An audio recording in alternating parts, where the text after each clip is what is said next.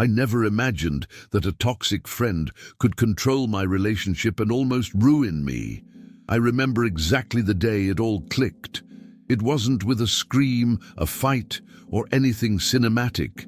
It was in silence, sitting on the living room couch, watching Sabrina cry over a message Raphael had sent. I looked at her and felt a mixture of anger and pity. Anger, because I knew he was doing it on purpose, poking at her wounds just to maintain control.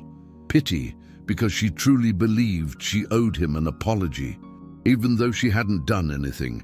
That day I felt like I was living in a strange triangle, where her friendship with him was greater than our relationship. I felt small, tired, and for the first time thought, I'm losing myself in this story. I wasn't a jealous guy, never was. But over time, Raphael began to occupy spaces that weren't his. He gave his opinion on everything, even the color of the walls in the house. He felt like he was part of the relationship. Sometimes he'd show up, unexpectedly, bring drinks, and spend hours bad-mouthing me. And Sabrina would laugh as if it were normal. I pretended not to care, but inside I was falling apart. I started to doubt myself, to think the problem was mine, that maybe I really was controlling, as he called it. But deep down, I knew something was wrong, that this guy didn't have her best interests at heart, nor mine. The most tense moment came one night when Raphael appeared upset. He said he needed to talk to Sabrina, and I, already tired, asked him to come back another day. He ignored me. He walked past me and went inside. The argument between them started quietly, but grew louder until I heard the sound of something breaking. When I got to the living room, he had pushed her against the wall. That was the breaking point. I ran him out of the house, screaming, my heart racing and my hands shaking. Seeing Sabrina scared, with her blank stare, destroyed me. I felt something inside me die right then, a confidence, a calm that I never fully recovered. After that, she tried to justify it. She said he was going through a hard time, that it wasn't his fault. I listened silently, but inside, I screamed. It was always like this. Raphael would do something serious. She'd make an excuse.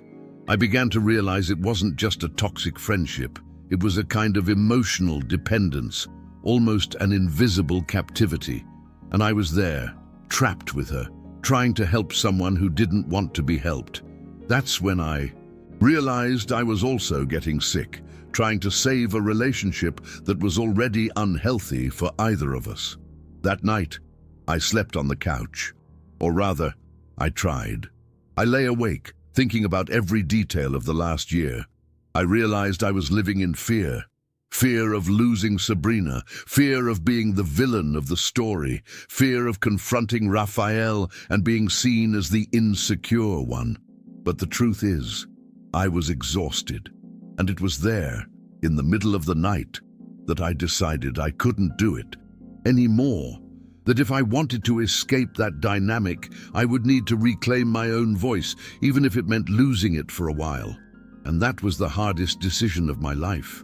The next day, I woke up feeling different. It wasn't strength. It was a kind of emptiness, as if I'd spent all my energy trying to fix something that didn't want to be fixed. Sabrina looked at me and asked if I was angry. I simply replied, I'm tired. And that was it. Tired of fighting for space, of walking on eggshells, of having to compete with my girlfriend's best friend. Tired of feeling like I was the one in the wrong for reacting to such absurdity.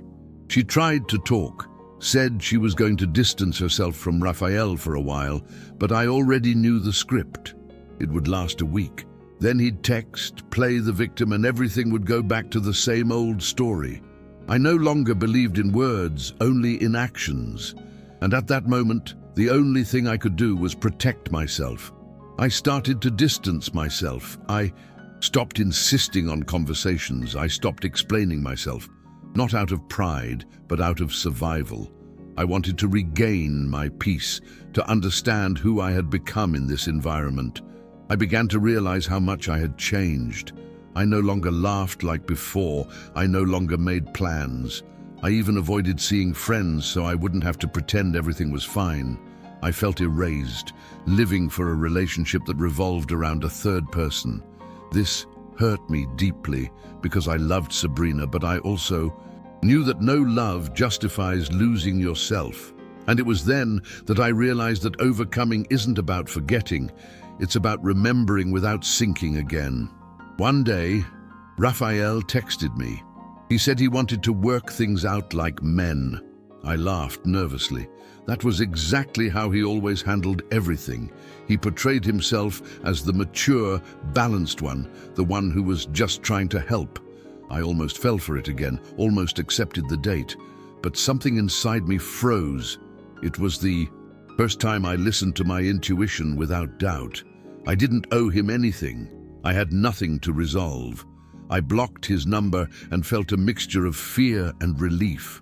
Fear of what was to come, but relief that I had finally done something that was for me. Sabrina was furious when she found out. She said I was overreacting, that I couldn't decide who she kept in her life. And I understood. It was her pain too. But for the first time, I didn't back down. I told her it wasn't about jealousy, it was about respect, about boundaries. I wanted a relationship of 2, not 3. She cried, called me insensitive, and I kept quiet. It hurt like hell. I wanted to hug her, comfort her, but I knew if I did, I'd go back to the same old cycle. So I let her go. And that was perhaps the hardest thing I've ever done. Loving someone and still letting go of her hand so she can see for herself is a pain indescribable. In the following weeks, the silence was heavy. I felt lost, but also free. The house seemed too big. Time passed slowly and I felt homesick. But this time, along with the homesickness came a strange peace. I could sleep without a start, without fear of an unexpected visitor, without being on high alert. I began to come back to myself. I started running again, cooking, listening to music, small things, but they reminded me of who I was before all this. And it was in this process that I understood. No one holds you back without your permission. Sometimes we give up control and don't even realize it. I had given it away, but now I was taking it back. The hardest part after the breakup wasn't the loneliness. It was dealing with the voices that lingered in my head. His words, the veiled accusations, the moments that made me doubt myself. I mentally replayed every scene, every fight, trying to understand where I'd gone wrong. And the answer was always the same. When I started accepting the unacceptable. When I stopped reacting so as not to appear problematic. It was painful to admit that I had lost myself. I, who had always been firm and secure, found myself fragile, drained of energy. But with this pain came a new clarity. I began to see how much I'd allowed myself to live in a game that was never fair. And somehow this made me want to change, to reclaim what was left of me. I remember one day I went for a run in the same park I used to go to with Sabrina. At first, it hurt. Every corner held a memory. Her laughter, her conversations, even the way she tied her hair. But after a while, that place began to take on a new meaning. I no longer saw the past. I saw my attempt to move on. I ran until I was breathless, as if I were shaking it out of my body.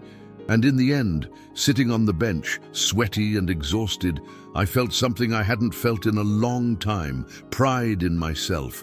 Pride in not having gone back, in not having accepted crumbs disguised as love. People often think that the end of a relationship is always the point of pain. For me, it was the beginning of healing. When Sabrina finally walked away from Raphael, because he'd finally shown her true colors, in the most blatant way possible, she sought me out. She wanted to talk, apologize, explain that she now understood everything. I listened calmly. Part of me still loved her, but another part knew that what we'd experienced had already broken down. I didn't feel angry, just a kind of mature weariness, you know? The kind that comes when you've cried all you could cry. The conversation was long. She explained that Raphael had become aggressive, that she had lost friends because of him, that only then had she realized the extent of the manipulation. She said she felt ashamed, and I believed her. I'd felt that way too. The shame of having stayed so long in a place that hurts you is one of the worst. I didn't want to humiliate or rehash everything. I just said, I hope you get better. I really do. And that was it. Because I understood that forgiveness isn't always about getting back together. Sometimes it's about freeing the other person and yourself from the burden of guilt. After that conversation, I went home and cried. Not out of sadness, but out of relief.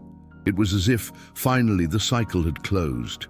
I realized that my breakthrough wasn't about beating Raphael or winning Sabrina back. It was about finding myself again. I'd spent so much time trying to prove I was a good guy, trying to be understood, that I'd forgotten to understand myself. That day, for the first time in a long time, I looked in the mirror and liked what I saw.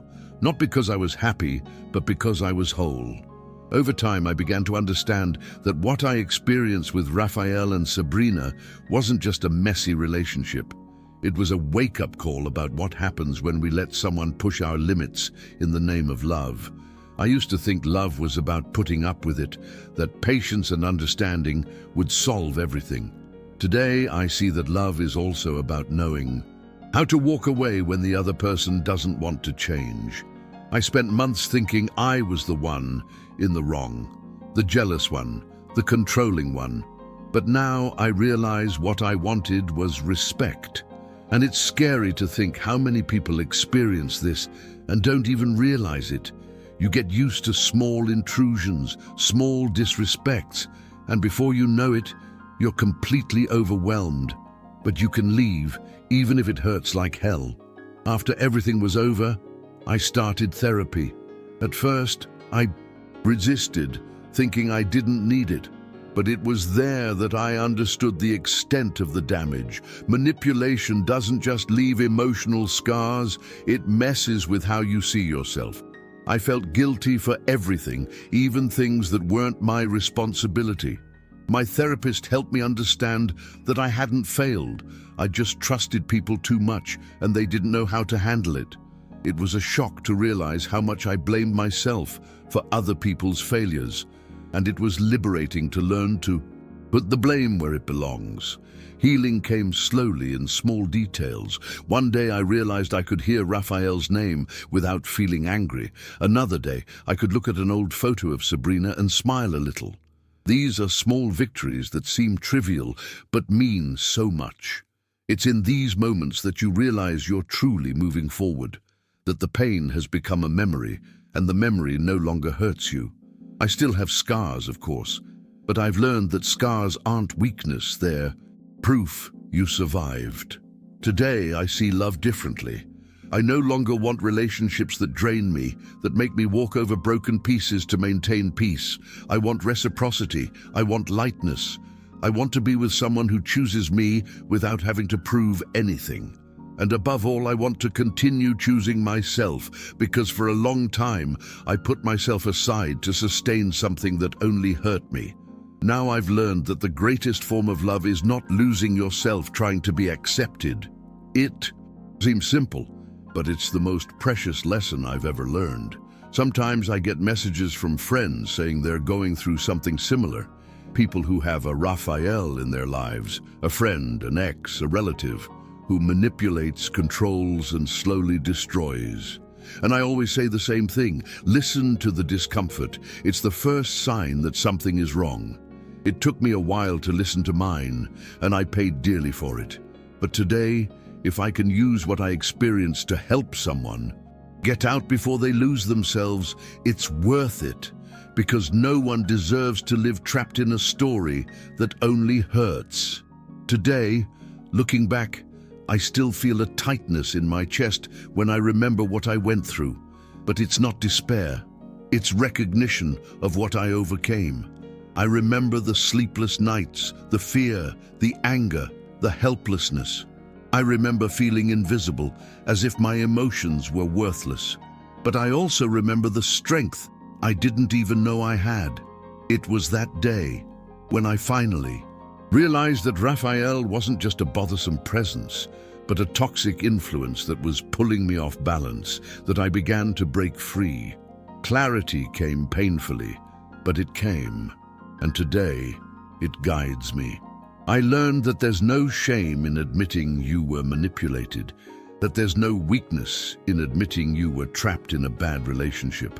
I spent months blaming myself, wondering if I'd failed, but I understood that the fault wasn't mine. The fault lay in letting someone take up space that wasn't theirs.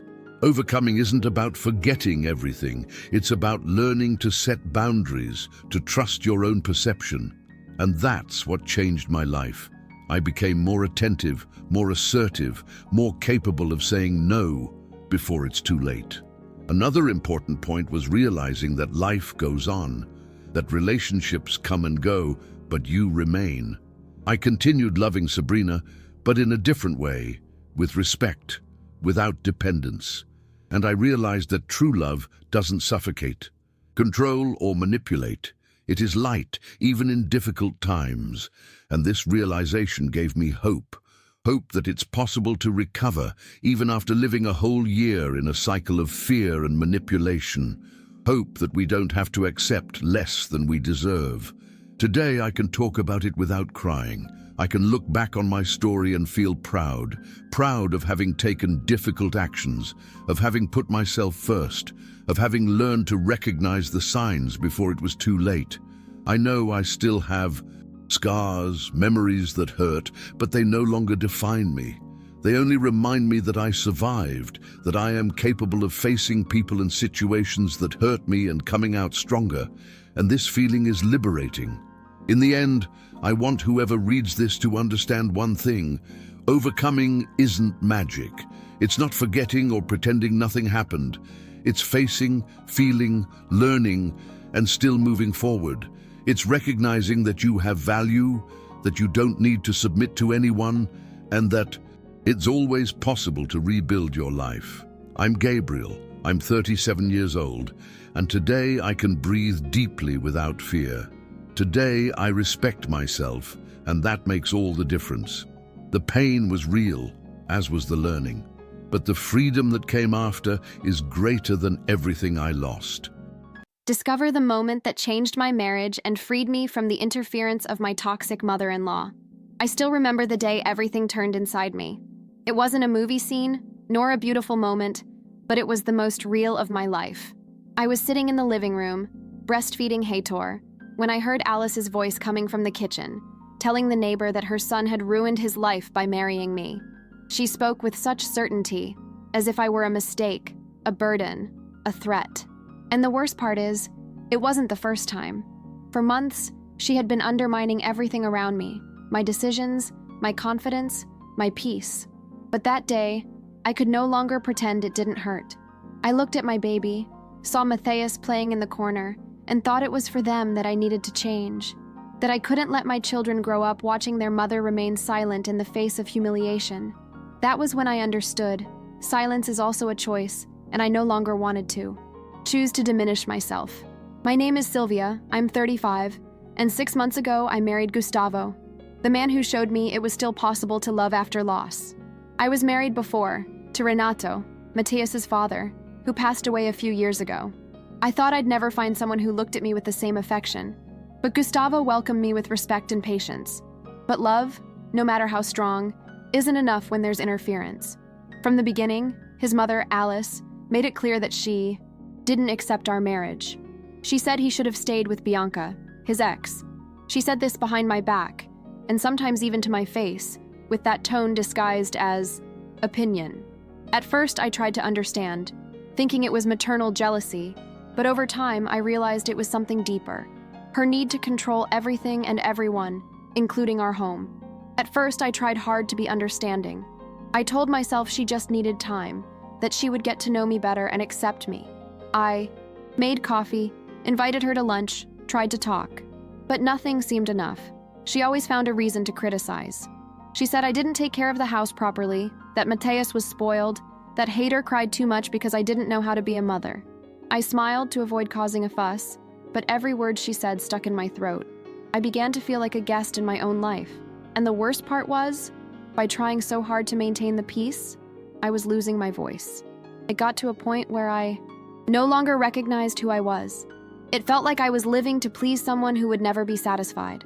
Gustavo saw what was happening and tried to set boundaries, but it was difficult for him. Alice had always been dominant, and he'd grown up learning not to contradict her. I saw the conflict in his eyes. I wanted to defend myself, but I also wanted to avoid hurting his mother, and it broke my heart. I loved that man, and I knew he loved me too, but I felt like our relationship was being suffocated by something that wasn't ours. And it was precisely that day, as I listened to yet another criticism coming from the kitchen, that something inside me awakened. I remembered the woman I was before all this, the strength I needed to summon when I lost Renato, the courage I found to raise Mateus alone. And I realized I was forgetting that woman. I couldn't keep sacrificing myself in the name of a peace that never existed. I stood up with my heart racing. I went to the kitchen and found Alice stirring the pots and pans as if nothing had happened. I was shaking, but not with fear. It was with determination. I looked at her and calmly told her that I would no longer accept that kind of treatment in my home. I understood her pain, but I also felt my own. That my family was Gustavo, Mateus, and Heitor, and that if she wanted to be a part of it, she would have to respect our boundaries. She laughed mockingly, saying I was excited over nothing, but I remained firm. It was the first time I didn't lower my head, and in that moment, even without shouts or an audience, something inside me shifted. I felt a strength I hadn't even known existed. After I said that, the silence that followed was heavy. I felt my heart pounding so hard it felt like it was going to burst out of my chest. But along with the fear came a different feeling: relief. For the first time, I had said what needed to be said, not angrily, but firmly. Alice was speechless for a few seconds, and I could tell she wasn't used to being contradicted. Gustavo arrived soon after, noticed the tense atmosphere, and tried to understand what had happened. I took a deep breath and told him what I'd said, holding nothing back. He didn't interrupt me, just looked at me with that mix of pride and concern. Deep down, I think he was tired too, but he never knew how to act. When I finished speaking, he held my hand and said he was on my side. It was the first time I felt like the two of us were truly together, as a team. The atmosphere grew strange over the next few days. Alice didn't show up for a while, which honestly was a relief. The house felt lighter. Even the air felt different. I started sleeping better, feeling less tense. But at the same time, there was a part of me that felt guilty.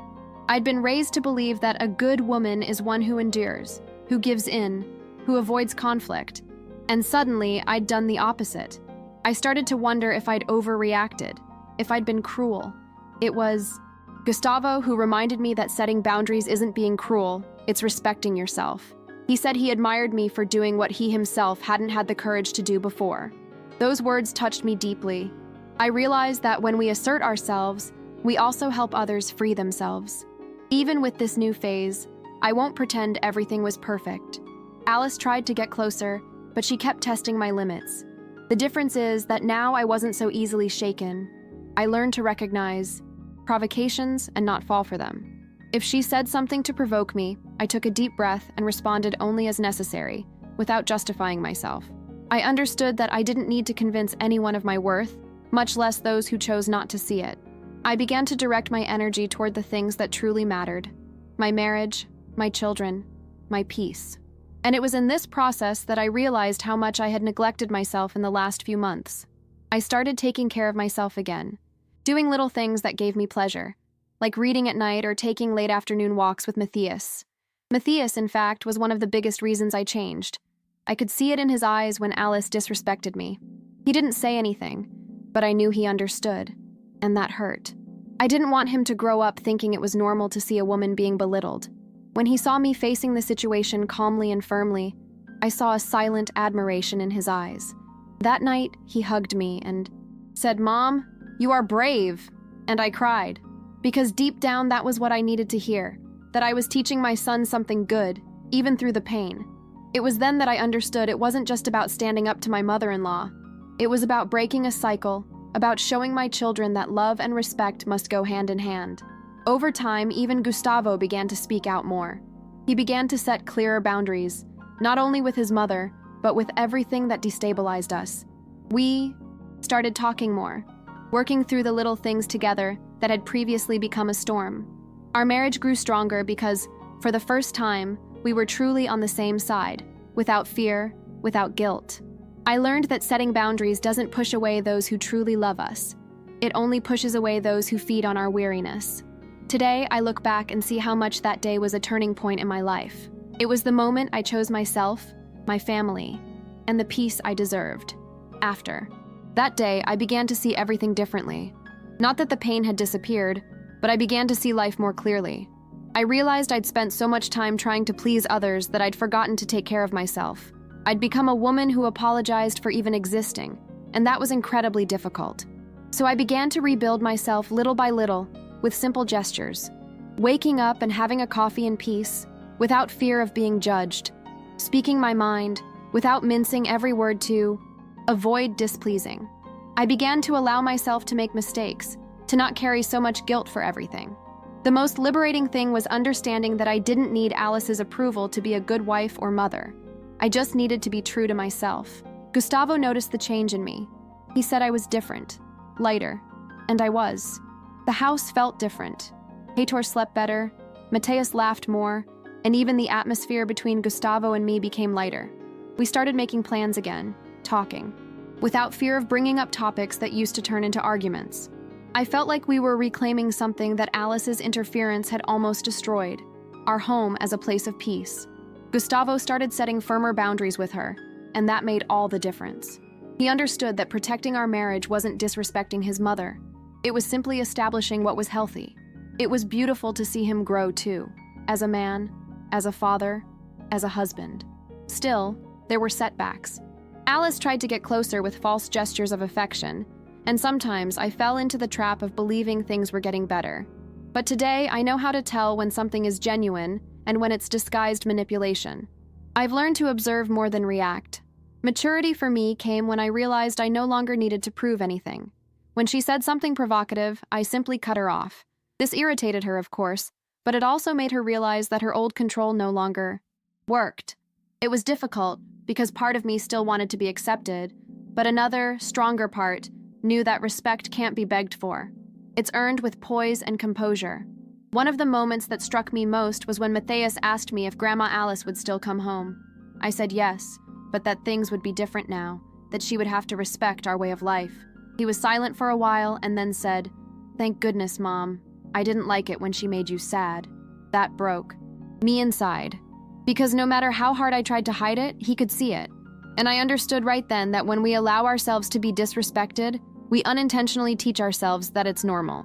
And I didn't want that for my children. My turning point wasn't just for me, it was for them. I wanted them to grow up knowing that love doesn't mix with submission, and that respect begins at home.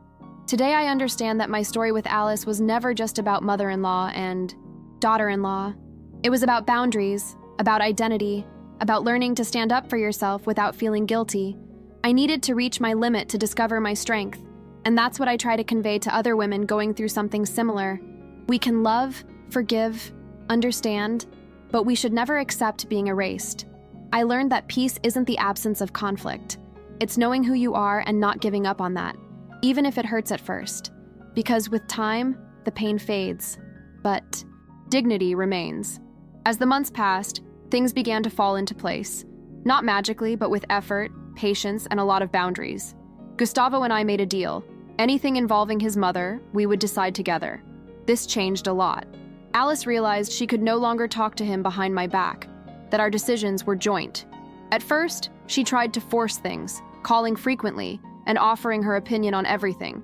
But Gustavo started to put the brakes on things, and I no longer had to be the villain, as she called it.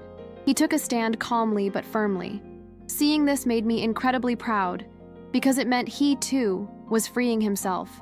And for the first time, I felt our family was being built the right way, with unity and respect. Even so, rebuilding my confidence wasn't easy. For a long time, I lived in fear of being misunderstood, of appearing ungrateful, of being seen as someone who had taken a child away from his mother. That weight still haunted me, but little. By little, I began to understand that it wasn't my fault. I couldn't bear the consequences of her choices alone. It was liberating to realize that I wasn't responsible for the frustrations of a woman who never resolved her own pain. I just wanted to live my life, take care of my family, and move on in peace. And that, I learned, isn't selfishness. It's self-love. Living with Alice became more distant, but curiously, more bearable. We started seeing each other at specific times, like birthdays and, important dates. I stopped forcing connections. I greeted each other, talked the basics, and went on with my life, without resentment, but with very clear boundaries. And that's when something unexpected happened. She began to change. Not completely, but noticeably. Perhaps she realized that the control she once exerted was no longer effective, or perhaps she grew tired. I never knew for sure. But the fact is that over time, the attacks diminished. Sometimes, the simple act of asserting oneself is what transforms the environment. Not because the other person changes, but because we stop allowing ourselves to be hurt. One of the most beautiful things I experienced after everything was seeing Gustavo become an even more present father. He began sharing daily tasks with me, caring for Hader with affection, and being a role model for Matthias. He said the strength I showed inspired him too. I never imagined love could grow so much after such a difficult time, but it did. We learned to truly listen to each other, to talk without fear, to respect each other's space. Today, when I look at him, I see a life partner, not just a husband, and I realize that the love that survives pain is the strongest there is. I also started sharing my story with other women in online groups and conversation circles. At first, I was embarrassed, afraid of appearing weak. But to my surprise, many of them were experiencing something similar. Different stories, but with the same pain, feeling small, in their own homes. And it was then that I realized the power of telling the truth. Speaking heals. And when we speak, other women feel less alone. I don't know if Alice will ever understand how much she hurt me, but I know that in a way, she made me stronger. I don't wish her harm. I just hope that each of us one day learns to live without needing to control others to feel whole. Today, looking back, I see how much I've grown. It wasn't quick, nor easy, nor painless. There were days when I thought about giving up, about shutting up again, about accepting the manipulation just to have momentary peace. But I resisted. I took a deep breath, a breath for myself, for my family, for my future.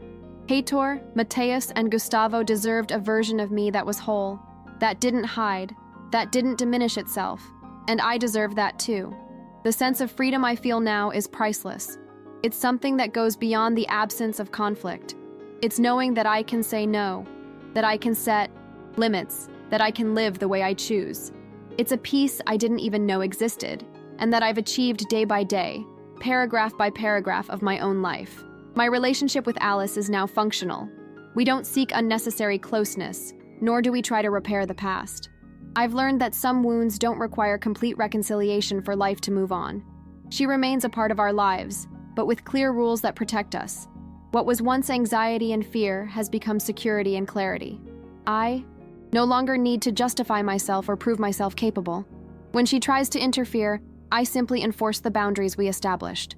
And surprisingly, this changed everything. She learned slowly that control was gone, and I learned that true strength lies not in defeating others, but in remaining whole, regardless of what others do. Gustavo and I grew up together. I saw in him a firm stance he hadn't had before, and this strengthened our marriage like I never imagined. Motherhood with Heitor and Matthias became easier, full of joy and confidence. I was able to teach my children, not with words, but with actions, that respect is a priority, that love doesn't mix with submission or fear, that asserting yourself politely and firmly is an act of courage, not rebellion. I see Matthias's look when he realizes his mother won't let herself be diminished, and I'm proud. I know he'll carry this lesson with him for the rest of his life, and it gives me a sense of victory that no online rant could replace. I still have difficult days. I remember episodes from the past and sometimes feel a weight, a mixture of anger and sadness. But today, unlike before, I know how to cope. I cry, I vent, but I find my bearings. I listen to myself. And most importantly, I keep moving forward. Because overcoming doesn't mean forgetting or erasing, it means learning to walk with the pain and, even so, keep going. I've become my own fortress, and looking forward, I see that every seemingly impossible challenge, every humiliation, every criticism, was actually training for the life I deserve to live, a life of balance, love, and respect. That's what I try to convey to those who read my story. Nothing is more powerful than standing up for yourself. If I could give advice to anyone going through something similar, I would say, your voice matters, your limits matter, and your peace is worth more than anyone's approval. It's not easy, and no one can guarantee it will be easy. But the freedom to live the way you choose is priceless. I got up, stood up in the face of my pain, and with the help of those who truly love me, rebuilt my home and my life. Today I feel whole, strong, and prepared for anything. And that, as simple as it may seem, is a huge victory. That's why I share my story, to show that it's possible, even when all seems lost, that it's possible to bounce back and find peace within yourself. The mistake that almost destroyed a historic building, and the decision that unexpectedly changed everything. That day, I realized there was no longer any way to run from what I'd done. It was early, the sun hadn't even fully risen yet, and I was already awake, my heart pounding and a strange sense of emptiness. It had been a few weeks since the accident, but it felt like time had stopped there. I could still hear the sound of the structure giving way, that dull thud that instantly chilled me. Since then, I'd slept poorly, waking up in the middle of the night with the sound echoing in my head. I knew it was my mistake, and the worst part was that no one needed to remind me. That day would be the meeting with the board, the inspectors, and everyone who had been affected. I knew it would be time to face the consequences, and part of me wanted to disappear, but the other part knew that running away would only make things worse. When I arrived at the company, the atmosphere was tense. People avoided meeting my gaze, and the few who did seemed to feel pity or anger, maybe both. I greeted the doorman, but didn't even hear what he said. I walked up the stairs slowly, feeling butterflies in my stomach I hadn't felt since my first day at work. I remembered walking in full of dreams, thinking I was building a solid career, and now I was the guy who had ruined it all with a careless oversight. The shame was almost physical, like a weight was weighing me down. I didn't know how to face anyone, not even myself. When I entered the meeting room, everyone was there. Carlos, the director with a serious and tired expression, Paula with a stack of reports in her hands, and Isabella, the inspector, who barely glanced at me, but I could feel the judgment in the air. I sat silently, trying to maintain my composure, but my leg was shaking under the table. Carlos began to speak, and his words hurt more than any scolding. He didn't raise his voice, but each sentence felt like a reminder of everything I had destroyed, not only the structure, but the trust of many people. I tried to listen, but part of my head kept repeating, "How could you be so stupid, Raphael?" And I had no answer, only shame. When he finished, Isabella began explaining the impact of the damage. She talked about its historical value, about the loss of the structure's originality, and I just wanted to disappear. That building was more than just a project. It was a piece of the city, of history, and I had been the idiot who tarnished it. Paula tried to soften the situation, saying that part of the restoration was already underway, but the truth is, the damage was already there, and it couldn't be erased. I remember looking at the table and wanting to cry. I had never felt so small, so powerless. The feeling of having let everyone down crushed me inside. When the meeting ended, no one stayed. They left one by one, and I was left sitting there alone, with a pile of papers scattered across my desk, and a head full of regrets. I stared into space for a long time, trying to understand how things had gotten this way. The truth is, I've always been impulsive, always in a rush, thinking I could fix everything later. But in that moment, I realized that later was over. Now was the time to face the consequences. And for the first time, I felt a genuine desire to change, to no longer be the guy who made the mistake. I left the room and went straight to the construction site. Each step I took felt heavier than the last. The building was silent, only the sound of distant tools filling the air. I looked at the damaged structure and felt a knot in my stomach. I could still see the damage I had caused, marks that wouldn't fade with time. I knelt down, touched the surface with my fingertips, and felt a tightness I couldn't explain. The guilt was so strong it felt like it would crush me. I tried to think of 1,000 excuses, but none made sense.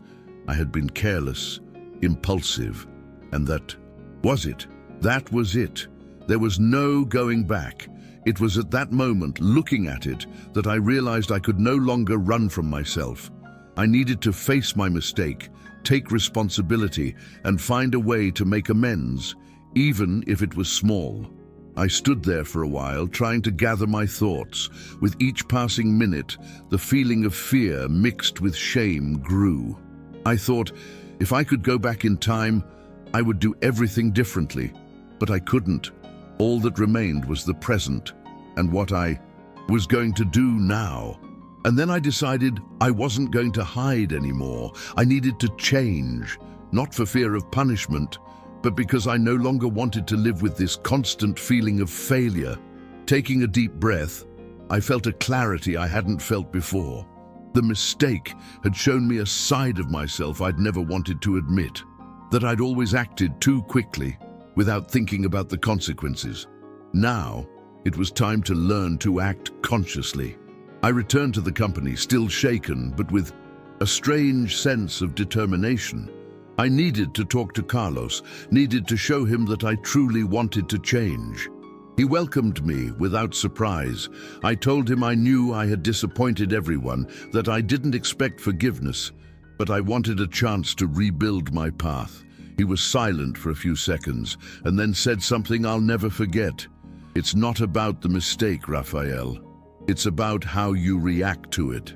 That hit me like a jolt of electricity. For the first time, I felt like I could make something right from the chaos I had caused. In the following days, I dedicated myself like never before. I arrived early, stayed late, and reviewed every detail I could. I learned to listen more, to ask more questions, to slow down before acting. Paula noticed my effort and began teaching me things I'd previously ignored. Each task I completed, however small, gave me a sense of control and reconstruction. I still felt guilt, still shame, but a new strength was emerging within me. The desire to truly be better, not for anyone, but for myself. One day, Anna, who had witnessed my mistake, approached me. She said she saw my dedication and was surprised by my attitude.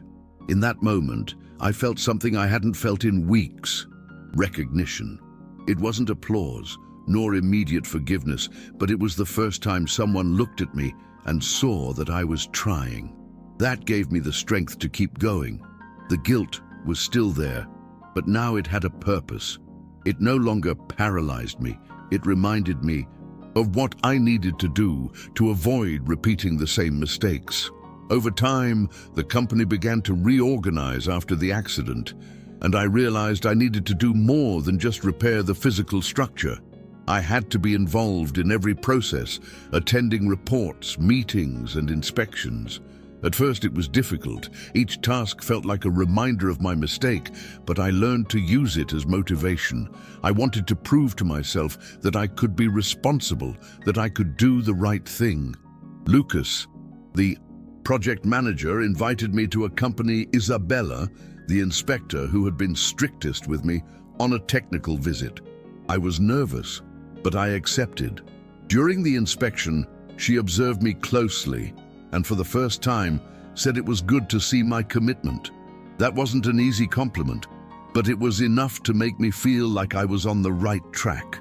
For the first time, I felt that effort could transform my image and my self-esteem.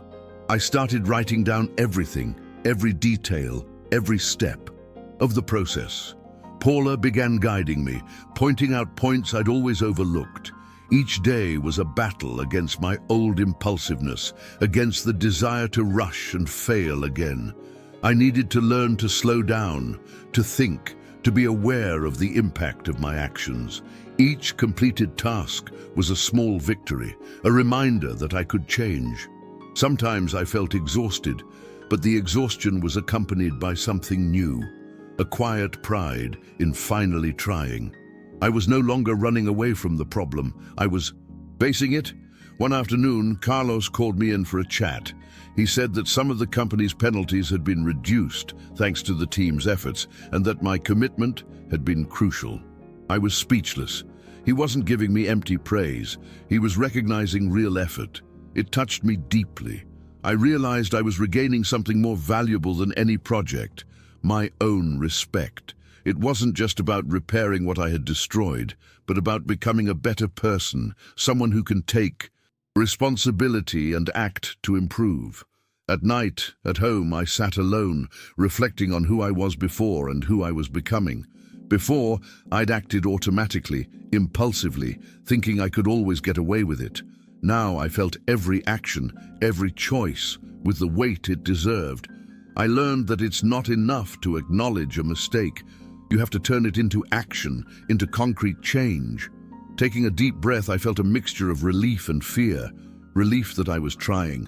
Fear that any slip-up could bring me down again. But for the first time, that fear was healthy. It reminded me that attention and care are indispensable. When I finally saw the restored part of the building, I felt an unexpected impact. Looking at the building which had suffered so much and realizing it had been restored brought tears to my eyes. They weren't tears of superficial happiness, but of profound relief. I had helped rebuild something I had destroyed. It was the first real sense of redemption I had ever felt.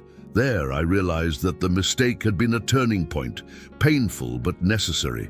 I was no longer the Raphael who only knew how to make mistakes. I was becoming someone capable of facing the consequences and growing from them. After that day, my attitude within the company changed completely. I started arriving earlier, leaving later, and paying attention to every detail I'd previously ignored. I realized that responsibility isn't just about completing tasks, it's about being aware of the impact of what you do. I started helping my colleagues, sharing what I'd learned, and teaching them what I could so they wouldn't make the same mistakes. Before, I was afraid of appearing weak if I asked for help or admitted I didn't know something. Now I understood that admitting my limits and learning from others was a sign of strength. This transformation process was exhausting but necessary. Each day was a challenge, a battle against my old habits, but also an opportunity to rebuild myself. At home, I also began to notice changes. I was no longer letting work dominate my emotional life, but I was taking what I learned with me. I began to reflect on my actions, on how much my impulsiveness affected not only my career, but also my personal life. I learned to breathe before acting, to consider the consequences, and to handle pressure without freaking out. Before, any difficulty would make me act quickly and incorrectly. Now, I could breathe, think, and make decisions clearly.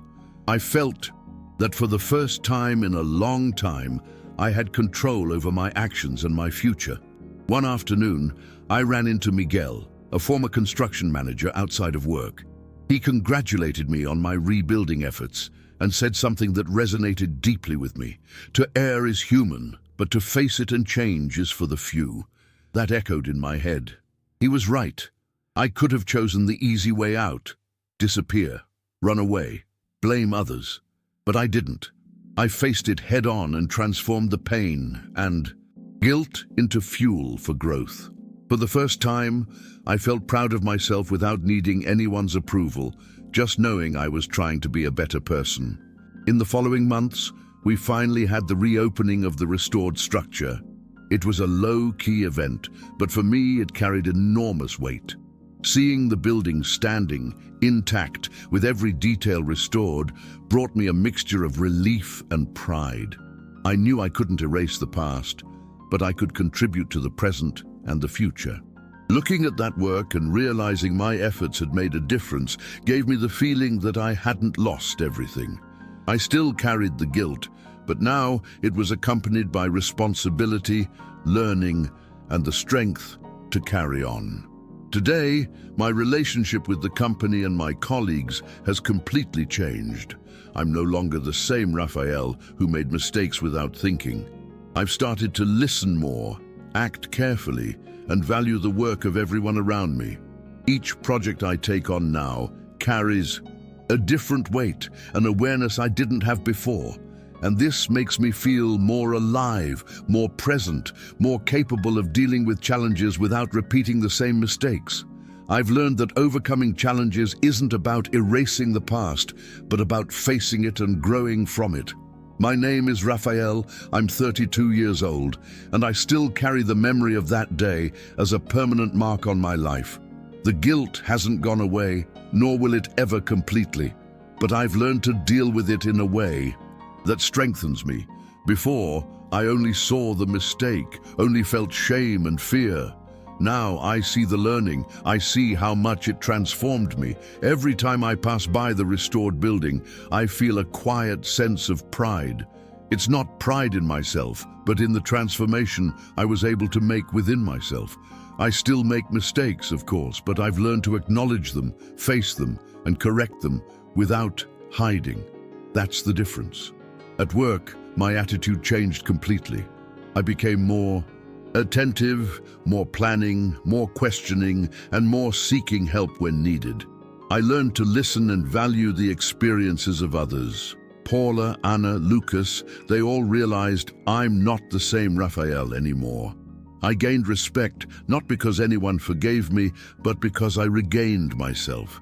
And that's a priceless feeling. Every day is an opportunity to keep learning, to keep showing that it's possible to grow even after a serious mistake, even after disappointing people who trusted you. Overcoming came slowly, painfully, but truly. I had to face my own limits, my impulsiveness, my lack of attention, and accept that every consequence of my mistake was my responsibility. I cried, screamed, lost sleep, and felt fear and shame like never before. But I also felt strength, clarity, and hope. I discovered that it's possible to rebuild not only physical structures but also life itself, step by step, with dedication and awareness. I learned that change depends on attitude, on the courage to face one's own pain and transform it into learning. Today, I still think about that day, that meeting, and that construction project. I remember the sound of the structure collapsing, the tension on Carlos's face, Isabella's judgmental look. But I no longer feel paralyzed. I feel motivated. I feel the desire to keep improving, to not let impulsiveness dominate me again. I feel grateful for having been given a second chance, not from the company, not from my colleagues, but from myself. I learned that true overcoming begins when you decide to own your mistake, face the pain, and take action to change. I know I'm still in process. There are still difficult days, heavy memories, and the fear of making another mistake. But today, I can say I've become more aware, more responsible, and more human. I've learned that making mistakes doesn't define who you are, but how you react to them does. And I've chosen to react with courage and learning. I know the journey continues, but I finally feel capable of walking it without destroying myself. This is my story, and perhaps if someone reads this, they'll find the courage to face their own mistakes and transform pain into growth. From victim to survivor, how I overcame emotional abuse and secured my own future. When I think about that day, it feels like everything is still going on in my head. My name is Tiago. I'm 16 years old, and I never imagined my parents would leave me alone in a parking lot, as if I were an object to be discarded. I remember it was a trip that should have been fun, but suddenly it became the worst nightmare of my life. I tried to understand what was happening, but my head could only spin between fear, anger, and shame. I felt small, useless, as if I had no value. It was impossible to understand why my parents, who were supposed to care for me, treated me this way. And in that moment, their abandonment was more than physical. It was emotional, psychological.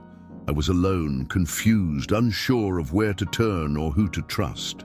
The tears wouldn't stop flowing, and the feeling that no one cared about me crushed me. Every car that passed seemed to laugh at my helplessness.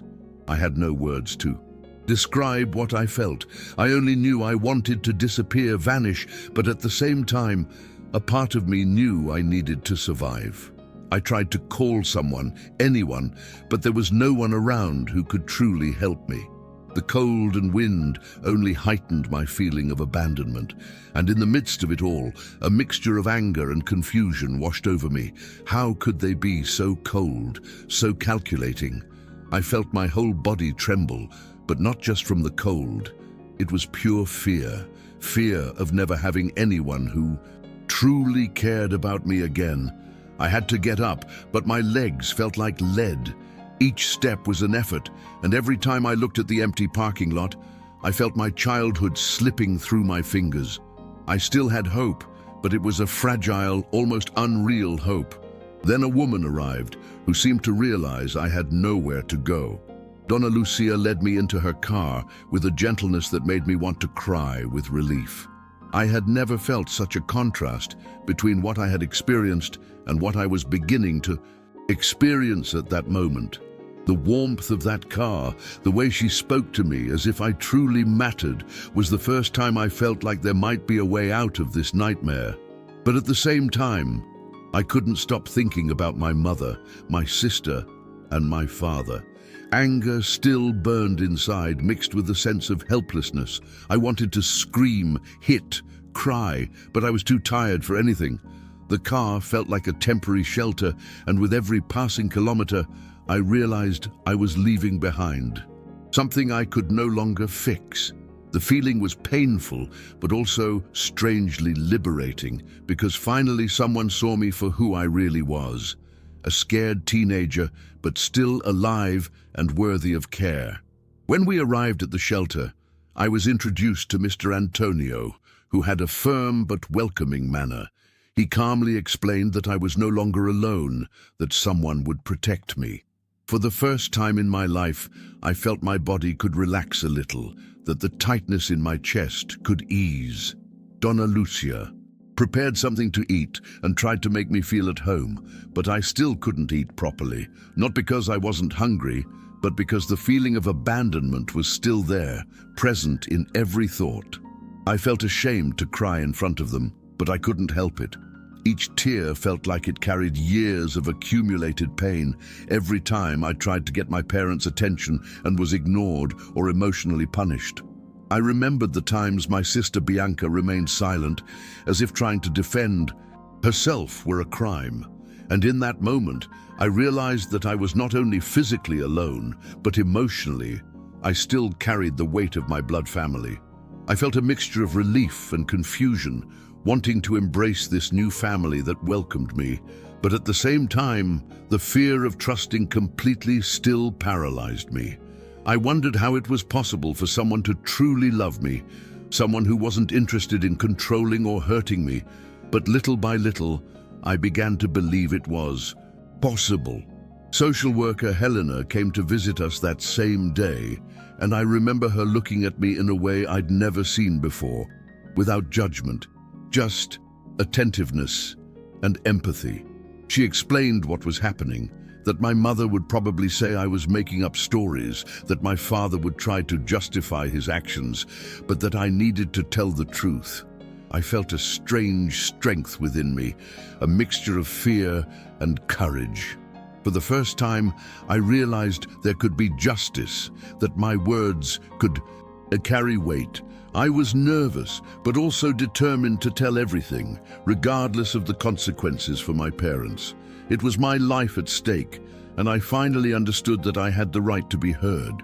On the way back, my heart raced, because I had never truly spoken to an adult about the abuse.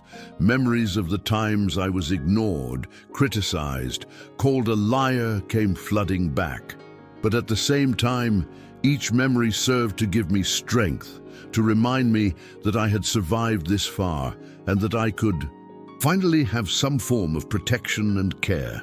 That night, lying in my temporary room, I felt something I had never felt before, a modicum of security. I was still afraid, still angry and sad, but something inside me told me there could be a different life. I closed my eyes and thought about my sister, how I needed to be strong for her too. The feeling of helplessness began to give way to a strange but welcome feeling, hope. For the first time, I realized there could be a future where I would no longer have to live in constant fear, where my feelings would not be ignored, where I could simply be Tiago without having to hide anything to survive. And in that moment, even with the exhaustion, the pain and the uncertainty, I decided I wouldn't give up. It was the beginning of something new, of a life that, despite everything, could be mine. The next morning, I woke to the sound of coffee brewing and the smell of toast. It was simple, but to me it meant everything. For years, mornings at my house were filled with silence, tension, and cold stares. I'd grown accustomed to waking up, dreading what was to come, always trying to guess my mother's mood so as not to provoke an argument. At Donna Lucia's house, it was different. The silence wasn't heavy. It was peace. I sat at the table, somewhat unsure of what to do. She asked if I wanted milk or coffee, and I took a while to answer, as if either choice could be wrong. She just smiled and told me I could relax. It sounds silly, but hearing that broke me. I didn't know what relaxation meant. I was always tense, afraid of making a mistake, of disappointing someone. And there, for the first time, I realized the world could be lighter. Even so, there was still a part of me that doubted. Was this temporary? Would they get tired of me too? These questions wouldn't leave my mind. It was hard to trust.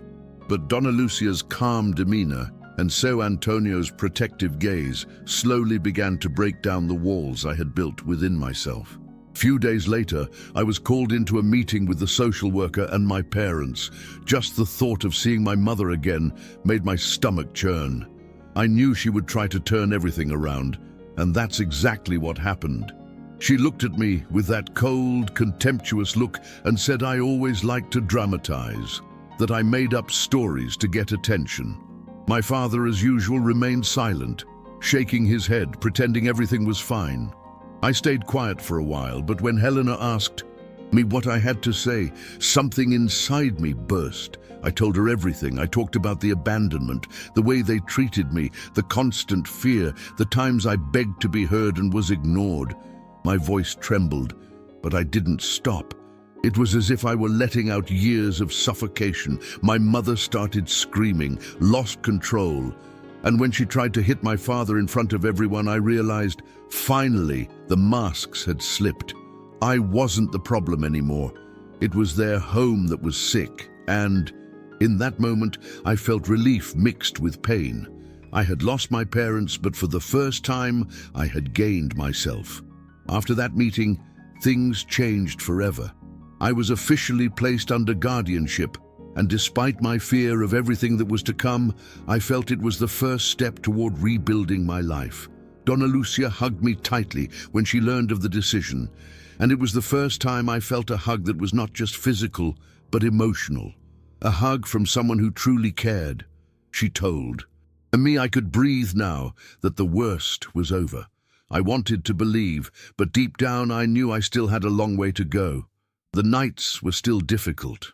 I would wake up in the middle of the night thinking I had done something wrong, that my parents would come to get me, to punish me.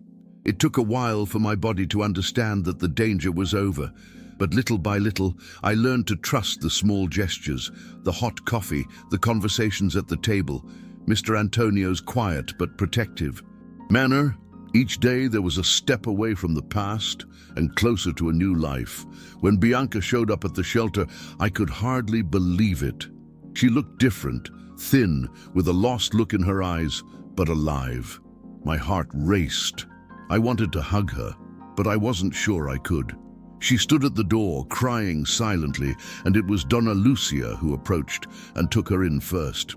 Then she looked at me and said softly, "You were right." Those 3 words broke and healed me at the same time. I'd waited so long to hear my sister acknowledge what we'd been through. She told me she'd tried to run away from home after another fight, that her mother had locked her in her room and only emerged when the police arrived. Her courage gave me even more strength. I understood that our story wasn't just about pain, but about survival. We'd been hurt, but we were still here, breathing, trying to start over. And seeing Bianca welcomed by the same family that saved me was confirmation that love, when it's true, has the power to fix even the seemingly impossible. Even with all the support, fear still haunted me. Fear of repeating the same mistakes, fear of trusting too much and being hurt again. I started therapy, and there I understood that trauma doesn't disappear overnight. It only weakens over time as we learn to cope with it. Helena, the social worker, always said it wasn't my fault. And at first, I thought she was just saying that to comfort me. But one day, after a difficult session, I realized she was right. I was a child, trying to survive in an environment where love was a rare currency. No child deserves to feel like they have to be perfect to deserve affection. None. That reality slowly sank in, and when it did, it was like breathing after years underwater. There was still pain, but there was also room for hope. For the first time, I began to envision a future without fear, where I could just be myself, without having to apologize for existing. The first time I left the house alone in so long, I felt a mixture of fear and freedom I'd never experienced before. Going to school or the supermarket with Donna Lucia and Seu Antonio was unlike anything I'd ever known. I didn't have to worry about scolding for small things or disapproving looks. The feeling that someone truly cared about me was almost strange. I remember once, on my way to school, I passed a parking lot and felt butterflies in my stomach. It was the same parking lot where my parents had abandoned me. My body trembled, but this time it wasn't from fear. It was as if I were facing the past, acknowledging that it existed, but that I had survived. This gave me enormous strength. I began to realize that I could make decisions without fear of punishment, that my opinion mattered, that my feelings were valid. Every small choice reminded me that my life was no longer in the hands of people who hurt me. I could just be Tiago, without masks, without fear. I started dreaming again, about little things. Real friends, good grades, the future I wanted to build. And most importantly, I began to realize that my sister could have those dreams too, that she no longer needed to live in fear or guilt for existing. That day had a profound impact on me because it was when I understood that the change wasn't just external, it was within me too. When Bianca started talking more about what she'd been through, I felt a little guilty for not having been able to protect her sooner. But at the same time, I was proud of her courage. She'd faced moments alone that I never imagined, and finally had someone who welcomed her and listened. Every word she said reminded me that our suffering wasn't our fault, but rather our parents' neglect and coldness. We'd spent so long believing we were the problem that we were in the wrong. Now, little by little, we understood that we were victims, but victims who still had a chance to start over. Feeling that she trusted me gave me the strength to keep going, to not let myself sink into anger or pain. I realized that overcoming wasn't just about forgetting or distancing myself from the past, but about learning to live with it, about transforming pain into strength. And little by little, this strength began to manifest itself in small victories. A night's sleep without nightmares, a sincere conversation with the therapist, a smile from Bianca after school. Every small but significant detail made me realize that I was changing and that life could be better than I imagined. I also started getting more involved at school. At first, I didn't want to talk to anyone.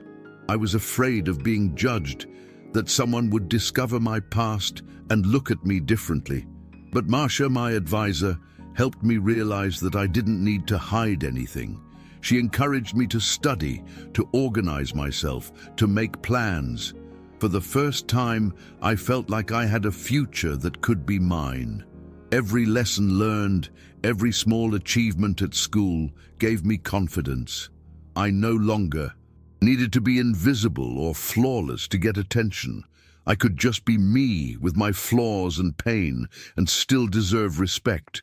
It was a slow but rewarding process. I realized that life could be joyful even after so much sadness, and that gave me hope that my sister could find the same path. One of the most defining moments was when I realized I could enjoy the little things without guilt. Simple things: eating a snack I liked, watching a movie, talking about music with Bianca. For years I had repressed my feelings, as if showing joy was wrong, as if I wasn't entitled to good times.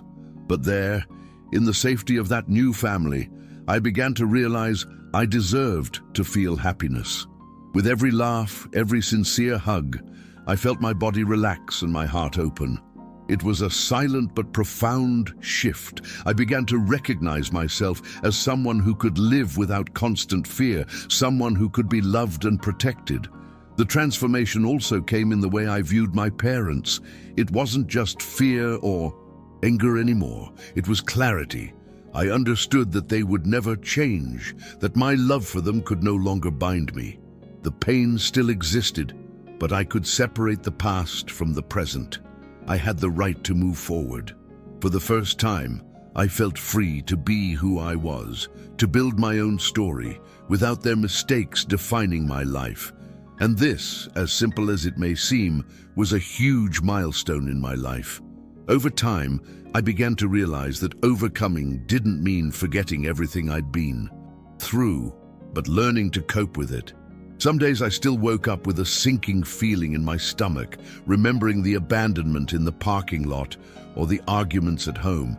But now I had tools to deal with these feelings. Donna Lucia and Mr. Antonio helped me create a routine, a sense of normalcy I'd never known. I started sleeping better, studying with focus, and allowing myself moments of guilt-free joy. It was a slow but necessary process. Each small step was a silent victory. I realized I was rebuilding not only my life, but also my self-esteem. The constant fear began to fade, and in its place came a sense of security I'd never felt before. It was strange getting used to it, but it was liberating. And seeing my sister also going through this process was a daily motivation. The pain was still there, of course, but I finally felt I could manage it, that I no longer needed to be held hostage by the past. Every loving gesture from my foster family reminded me that love exists. Even when our blood family has failed, I began to believe that I could have a different life and that I was worth fighting for. One of the things that helped me most was realizing I didn't have to face everything alone.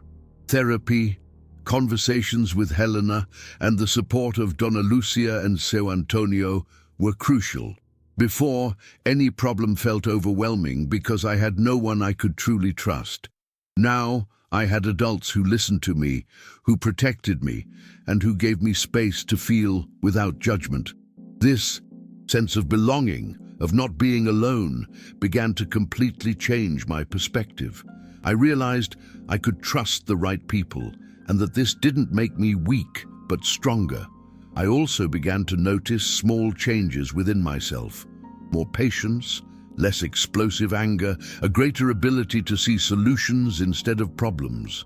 I still felt angry at my parents, of course, but that anger no longer consumed me. It existed as a reminder of what I had overcome, rather than as something that defined me. Each day, each small step was a brick in the reconstruction of my life. When my sister began to open up more, it was as if our stories intertwined in her overcoming. She began to genuinely smile, to talk about her dreams and fears without fear of criticism. Seeing this gave me a sense of mission. I needed to help her stay strong, to trust herself. We began to share small everyday things, conversations about school, friends, music, and this strengthened our bond. For the first time, we felt like a team, that we weren't alone in the world. And realizing that her courage came from small actions, from facing each day with the certainty that she deserved care and love, inspired me deeply. I knew that the overcoming wasn't just mine, but hers as well. And this gave me the strength to keep moving forward, to not let anything stop us from having a dignified and happy life. A moment I'll never forget was when I was called to visit my old neighborhood. I passed the parking lot where my parents left me, and I felt that same cold feeling in my chest. But this time it wasn't fear, it was recognition. I survived. I was alive, and I had a real family by my side. It was as if I could finally close a chapter of my life without letting it define who I am. I felt proud of myself, of having resisted, of having faced so much suffering and still believing in better days. It was a silent but intense turning point that made me realize that true change begins from within. I was no longer just the victim of cruel abandonment. I was someone who had the power to rebuild my own life. In the end, I realized my story didn't have to be just about pain. It could be about courage, resilience, and love. I still have difficult moments. I still remember what happened and feel sadness and anger. But now I know I can handle it, that I no longer have to carry it all alone. I learned that overcoming is not a destination, but a daily journey, full of small steps that add up until suddenly you realize you've changed, that you're stronger, and that you deserve to be happy. And with each passing day, I feel more confident, more capable of facing any challenge, and more grateful for having found people who showed me what true family is. Over time, I realized I also needed to forgive myself. For years, I carried guilt, believing the abuse was somehow my responsibility. I thought if I had been better, more obedient, quieter, things would have been different. But that wasn't true. No child deserves to suffer at the hands of those they're supposed to protect. Recognizing this was liberating, even if it hurt at first. I began to look at my story clearly. What happened doesn't define who I am today, but it taught me the importance of fighting for respect and love. Every tear, every night of fear, every feeling of abandonment was transformed into learning and strength. I still feel sadness, but now it coexists with hope and determination. And this change makes me believe I can build a full life, even after so much suffering. One of the biggest challenges was still dealing with the fear of trust. I had built very high emotional walls, and breaking them down wasn't easy. But over time, I realized that trust is built through consistent actions, not empty words. With every loving gesture, every protective act, I allowed myself to believe that I deserved to be loved. This changed everything. My self-esteem, my relationships, even my way of seeing the world. I began to feel more secure, more capable of facing challenges and making choices that truly mattered to me. The pain of the past was still present, but it no longer dominated me. I had discovered that overcoming grief is about persisting, even when all seems lost, and about finding strength in unexpected places. Watching my sister grow stronger was a constant motivation. She, who for so long had been subdued by our parents' coldness, began to find her voice and assert herself. Seeing this so closely gave me a sense of purpose. I needed to be there, not just as a sibling, but as someone who knew that life can get better, that we deserve care and respect. This brought us together in a way I never imagined possible. Her every achievement, every small act of courage resonated with me, reminding me that we survived together and that we can continue to grow together despite everything we've been through. Today, I can say I've found a balance I've never known before. I still have painful memories. I still feel angry sometimes, but I've learned to deal with these feelings without letting them consume me. I discovered that my life doesn't have to be defined by abandonment or neglect. I can be happy, I can build healthy relationships, I can study, dream, and plan my future. That turning point when I was finally welcomed by someone who truly cared was the turning point that changed my trajectory. Life wasn't perfect, but it became possible. And that's huge for someone who spent so long thinking they deserved nothing. If I could give one piece of advice to anyone going through something similar, it would be, don't give up on yourself. Seek support, trust the right people, and allow yourself to feel, even if the pain is intense. Overcoming adversity isn't linear. It doesn't happen overnight, but every step counts. And even with fear, even with pain, it's possible to start over. Today, I see my life through different eyes, full of hope, full of possibilities, and with the certainty that, despite everything, we survive and can be happy. It's a daily battle, but every victory, no matter how small, is worth the effort. And that's what keeps me strong, every day, in the certainty that I can build a better life for myself and my sister. At my daughter's wedding, I discovered the truth that changed my life forever. I remember that day perfectly. Anxiety tightened my chest, but with a twinge of happiness, an emotion I never imagined I'd feel again. My name is Helena, and it was my daughter Isabella's wedding. She was radiant, about to experience one of the happiest moments of her life, and I was supposed to be the support she needed. But deep down, I was struggling to stay calm. It wasn't just the event, but the weight of everything I'd faced before. I didn't know if I was ready to deal with another big change. My heart pounded as I walked through the corridors of the Jardim Imperial Hotel, the marble and crystal reflecting a light so intense it seemed to blind my eyes. What seemed like a dream to everyone around me became a crushing reality for me. A whirlwind of emotions, a mixture of pride and fear, and the pressure that everything had to be perfect. I couldn't make a mistake. After all, my daughter deserved the best, didn't she? But at the same time, I was lost, with memories of so many hardships past, wondering if I would have enough strength not to break down that day. It was as if the space around me was shrinking, making everything even more oppressive. Each step down the aisle felt like an eternity. The weight of my personal history, the scars I carried, followed me like a shadow. Isabella's long-awaited wedding seemed to be forcing me to confront all my insecurities. I no longer knew exactly who I was in that moment. I wasn't the perfect mother I'd always imagined myself to be. Instead, I was a woman filled with doubts, fears, and, as much as I tried to hide it, with a huge hole in my chest, caused by years of unresolved challenges. But when I looked at Isabella, at the altar, radiant as ever, something began to shift. She was there, living her dream, and all I could think about was how I could help her have a life as full as hers. And suddenly I realized I could no longer live my life weighed down by the past. I had overcome so much to get here. I was no longer that broken woman, defeated by adversity. No, I was there, standing, with tears in my eyes, but with a heart stronger than ever. I needed to remember that. I had to remember how I had always managed to move forward, despite the difficulties. There, in the midst of that dazzling ceremony, the realization hit me overwhelmingly. Isabella was no longer the girl I'd raised. She had become a strong, independent woman, ready to embark on her own journey. And I needed to find that strength within myself, too. I needed to reconnect with the woman who had weathered so many storms and who was now about to witness the greatest moment of her daughter's life. I couldn't allow myself to wallow in fear.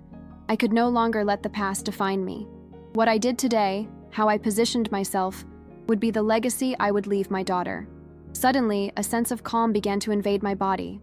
A strange but necessary peace. I looked at Isabella. She seemed so self-assured, so confident, and it made me realize she no longer needed the same mother I once was. She was no longer the woman afraid of what the future held, who feared loneliness or the idea of being inadequate. Isabella needed a mother who knew that, despite all the hardships and losses over the years, she was still capable of moving forward and finding new meaning. I had learned to be resilient, to transform pain into strength, to reinvent myself. And as she looked to the future with a radiant smile, I began to look to my own future with a clarity I hadn't had in a long time. I didn't need to be perfect. I didn't need to conform to what society dictated about what it meant to be a successful mother or woman. Perfection didn't exist. What mattered was the path I'd taken, all the internal battles I'd overcome, and how, with each step, I'd been rebuilding myself. I realized that for so long, I'd been living on autopilot, simply reacting to what life imposed on me. But in that moment, I finally decided to live according to what I truly needed for myself. Everything that had happened, the losses, the hard times, the frustrations, and the fear of failure, would no longer be a burden to carry. I had been forged by these experiences, shaped by the pain and resilience I had developed. And now, looking at my daughter's face, so happy, so free, I knew that what truly mattered was the ability to always get up, to rebuild after each fall, and, above all, to never lose hope. I wasn't there to be perfection. I was there to support, to celebrate, to be a witness to the strength that existed not only in her, but also in me. The ceremony proceeded with every detail perfectly orchestrated, but I was in a state of deep reflection. As a mother, the expectation of being at the top of my game overwhelmed me. So many times in my life, I had felt like I wasn't enough, that I was failing to be who I thought I should be. But there, in that ballroom, while everyone else's eyes were on Isabella and her fiancé, mine were on myself. I found myself finally beginning to understand that there was no single definition of what it meant to be a good mother or a good woman. I had lived my truth, and that was enough. Everything around me seemed distant, on another plane. I was, for the first time in a long time, being honest with myself. I didn't need to carry the weight of guilt, insecurity, or expectations of being the perfect image of something I could never be. I needed to be myself. And I realized that in doing so, I was giving Isabella an example of strength that was truer than any imposed perfection. She could look at me and see that, even in the darkest moments, when life seemed broken, I always managed to start over. This was the legacy I wanted to leave her. The ability to move forward, the ability to rebuild, to never give up, even when all seemed lost. Suddenly, the idea that I might make a mistake that day seemed so insignificant. I realized that mistake is a mental construct, something that only exists when we're trying to compare ourselves to others or with unrealistic expectations. Perfection isn't synonymous with happiness. I wanted my daughter to know this, that life was made of ups and downs, that nothing was linear, that obstacles were just opportunities in disguise. Today, I saw myself as a reflection of all of this. I wasn't perfect, but I was strong. I was a woman who had found her peace and courage amidst the chaos. And finally, I could truly smile, without the weight of doubt consuming me. As the ceremony progressed, I felt as if time had slowed down. The sound of the music, the sparkle in Isabella's eyes, the nervous smile of Raphael, her fiancé. Everything seemed to merge into a sense of tranquility.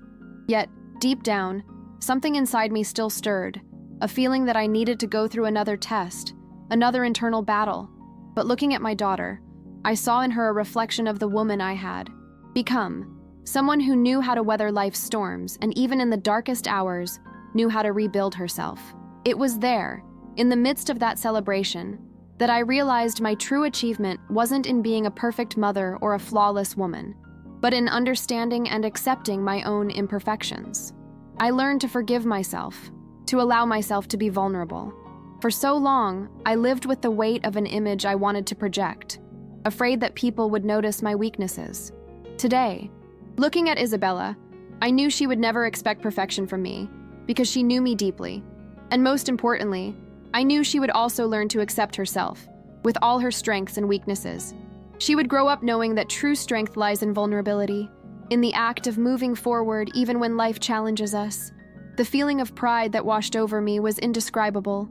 Isabella was about to take the next step in her life, and I knew she had the strength she needed to face whatever lay ahead. But I also knew that this strength didn't come from me as a mother. It wasn't the support I always imagined would be the key to her success. The true gift I gave her was the ability to learn from my mistakes, the freedom to be imperfect, the courage to rebuild after each setback. I realized that, while I thought I should be a perfect mother, it was my example of overcoming obstacles that helped her grow. In that moment, while everyone around me celebrated, I felt a peace I had never experienced before. I was no longer trying to be the mother everyone expected, or the woman society idealized. I had finally freed myself from these invisible chains that imprisoned me. I was there, with Isabella, watching her daughter become a strong, confident, and self-assured woman. I knew she also carried within herself a part of me, of my story of resilience, and that, just like me, she could overcome anything. She saw in me an example that no matter how much life knocks us down, we can always get up and start over. The ceremony ended, and as the guests filed into the banquet, I stood there for a moment, absorbing the magnitude of everything that had happened. I had gone through a painful process of self-discovery, of overcoming my own limitations, but I finally felt at peace with everything I was. For all those years, I had always sought validation from others, the approval of everyone around me. But there, in that moment, it was as if I had finally given myself that validation. I didn't need the approval of others to feel complete. I was already enough. I had overcome so much to get to this point, and that was already a triumph. As the party was in full swing, and laughter and conversation filled the air, I began to walk among the guests, with a lightness I hadn't felt in years. I was no longer that tense, insecure woman, afraid of being judged. There was no longer room for that constant anxiety. The emotion I carried now was a mixture of gratitude and understanding. I was living a unique moment, but at the same time, I understood that it wasn't the end of anything, but the beginning of a new phase in my life. And most importantly, I realized that what Isabella needed from me now wasn't an idealized version of her mother, but a woman who understood the importance of reinventing herself. As I watched Isabella's happy moments with Raphael, a sense of fulfillment washed over me. This wasn't just a wedding, but a milestone of transformation. Isabella was ready to follow her own path, and I, at the same time, was ready to follow mine. From that moment on, I knew I had more to offer myself. I didn't need to live trapped in the past, in mistakes, in guilt. Life challenged me, and I, with all my imperfections, was ready to face it with renewed courage. I always thought the greatest gift I could give my daughter was a secure, flawless future. But over the years, I realized the greatest lesson I could pass on to her was that life is full of ups and downs, and what truly matters is the ability to learn from each experience. When I looked to the future, I no longer saw an endless road of challenges, but a series of new opportunities to grow. And most of all, I realized I didn't need to have all the answers. I just needed to keep walking, certain that true strength lies in continuing, even when the path seems uncertain. As the guests danced and celebrated, something inside me told me that this was my moment to reclaim what I had left behind. I had lived my life as if I were merely a supporting role in other people's stories, always trying to please, always trying to make everything work out for everyone around me. But that day, something shifted. I realized that the story of my life was not defined by others' expectations, but by my ability to be true to myself, to embrace my journey with all the imperfections that made it unique. Isabella was dancing with Raphael, and I was there, watching, my heart filled with pride and a sense of lightness. Finally, I realized that my daughter didn't need a perfect mother. She needed a mother who was genuine, who had the courage to be who she was, without masks. I wanted her to know that ultimately, the greatest strength anyone can have is not in never failing, but in having the courage to start over after each fall. This was the truth I wanted to convey to her, that life isn't about never making mistakes, but about learning from each one and moving forward. Suddenly, I felt a warmth in my chest, a sense of clarity so intense it almost took my breath away. I was no longer lost. I was there, with all my weaknesses and strengths, with all my scars, and yet completely alive. I had overcome so much adversity, so many internal battles, and I never thought I would get this far. But in that moment, as I watched my daughter, I knew the greatest victory was mine. True overcoming wasn't found in an event or an accolade, but in the ability to look to the past and still believe in the future. I was ready to embrace that future, unafraid of what would come. As the night unfolded and the stars shone brightly in the sky outside, I found myself reflecting on what it truly meant to overcome. It wasn't just about the external difficulties, the ones that come to us from outside, but about the internal battles, the ones we fight alone. Throughout my life, I had always feared falling, the moments of fragility, as if they would define me. But now I knew that falling wasn't the end. I had always managed to get back up, and each time I did, I became stronger. I no longer needed to fear my weaknesses, because they were already part of who I was. Looking at Isabella, I felt an immense love. A love that was no longer just mother-daughter love, but a love of understanding, of mutual acceptance. I knew that, like me, she would face life's ups and downs, and I knew she would learn to be strong, not by never failing, but by always rising when life challenged her. I wanted her to know there was no shame in doubting, in making mistakes. The shame lay only in the idea of never trying, of never giving herself the opportunity to grow. I knew that she, like me, would make her own journey of overcoming, and I would be there, not to prevent her from making mistakes, but to support her every step of the way. I was no longer the woman afraid of failure. I no longer had to carry the burden of unrealistic expectations about what a mother or a woman should be. I had overcome that. No, my overcoming wasn't in having all the answers, or in conforming to other people's standards. My overcoming was in the act of allowing myself to be who I am, with my flaws and strengths, and being able to look back and realize that, even in the face of hardship, I always knew how to find a way back to myself. I was no longer afraid to follow that path, because I knew it would take me exactly where I needed to be.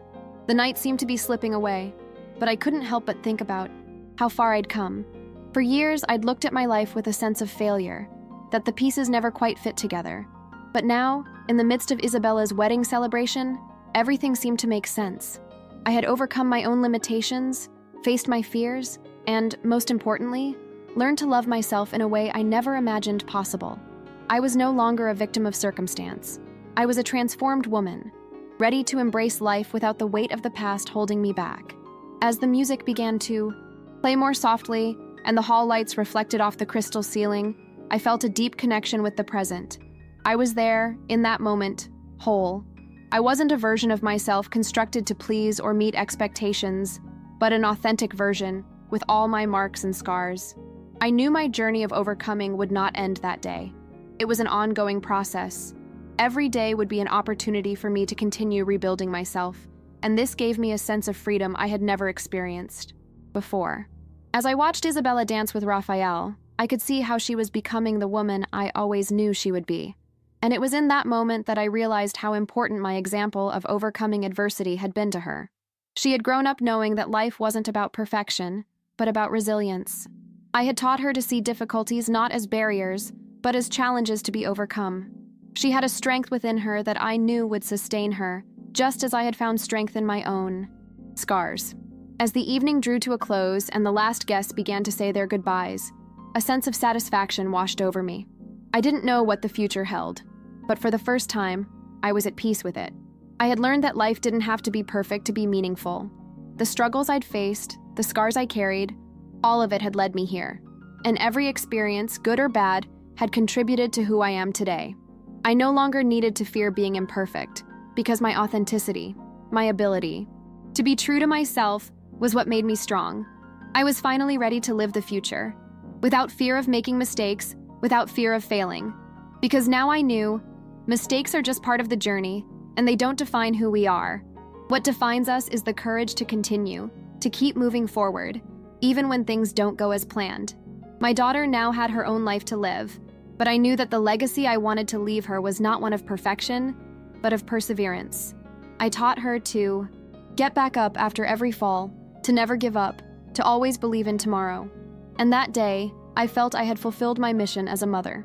Isabella's wedding was undoubtedly one of the most special moments of my life, but it was also the turning point. The moment I embraced my own journey, with all its ups and downs. I not only saw my daughter begin her own story, but I also saw the beginning of my own new phase. I was ready for whatever came my way. No longer afraid, no longer in doubt. I had overcome my own story, and in doing so, I showed her that true strength lies in allowing yourself to grow, learn, and move forward, no matter what life throws at us.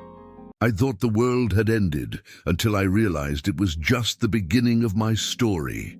My name is Arthur. I'm 25 years old, and today I can say with a tranquility that once seemed impossible that I'm at peace with my choices. But it wasn't always this way. A few years ago, I lived in a constant state of confusion, caught between what I wanted and what was expected of me. I was in my 6th year of engineering, trying to convince myself every day that this path made sense. I woke up early, studied late, tried to be the exemplary student, the dedicated son, the promising young man everyone proudly pointed out at family gatherings. But deep down, none of it fulfilled me. With each semester, the feeling of living a borrowed life grew. The pressure was suffocating, and the fear of disappointing my parents kept me going in circles, feigning enthusiasm where there was only exhaustion. I wasn't living, I just functioned on autopilot, like a robot trying to fit into a mold that tightened me every day. I clearly remember the mornings when my alarm clock would go off and my first thought was to escape. The crowded bus, the incessant noise of the city, the accumulated fatigue that made me feel 50 years old.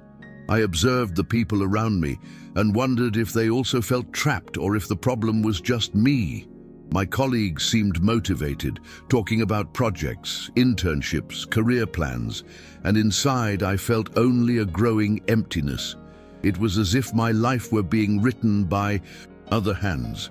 At night when I got home, I pretended to be fine. I smiled at dinner, answered questions with a "everything's great," while the weight of the lie crushed me. My parents, proud of their engineer son, had no idea that that title was costing me sleepless nights and silent crises in the bathroom. I looked in the mirror and saw someone who was falling apart, but I didn't know how to stop without looking like a failure. The final straw came on a Thursday afternoon during a project presentation. It was one of those days when the air feels heavy from the start. I barely slept, and nervousness was eating away at me. When it was my turn to present, my mind simply blanked. Words wouldn't come out, my hands trembled, and cold sweat ran down my forehead. I tried to appear calm, but I felt panic taking over, as if my body was screaming to get out of there. I finished the presentation anyway and ran to the bathroom. I locked the door and broke down. I cried for long minutes, not from shame, but from exhaustion. It was as if all the effort to keep up appearances had taken its toll on me all at once. In that bathroom, I understood what I no longer wanted: to live pretending to be someone I wasn't.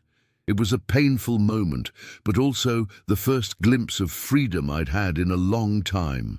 In the following days, the thought of dropping out of school began to occupy my mind like a persistent voice, impossible to silence. At the same time, fear paralyzed me.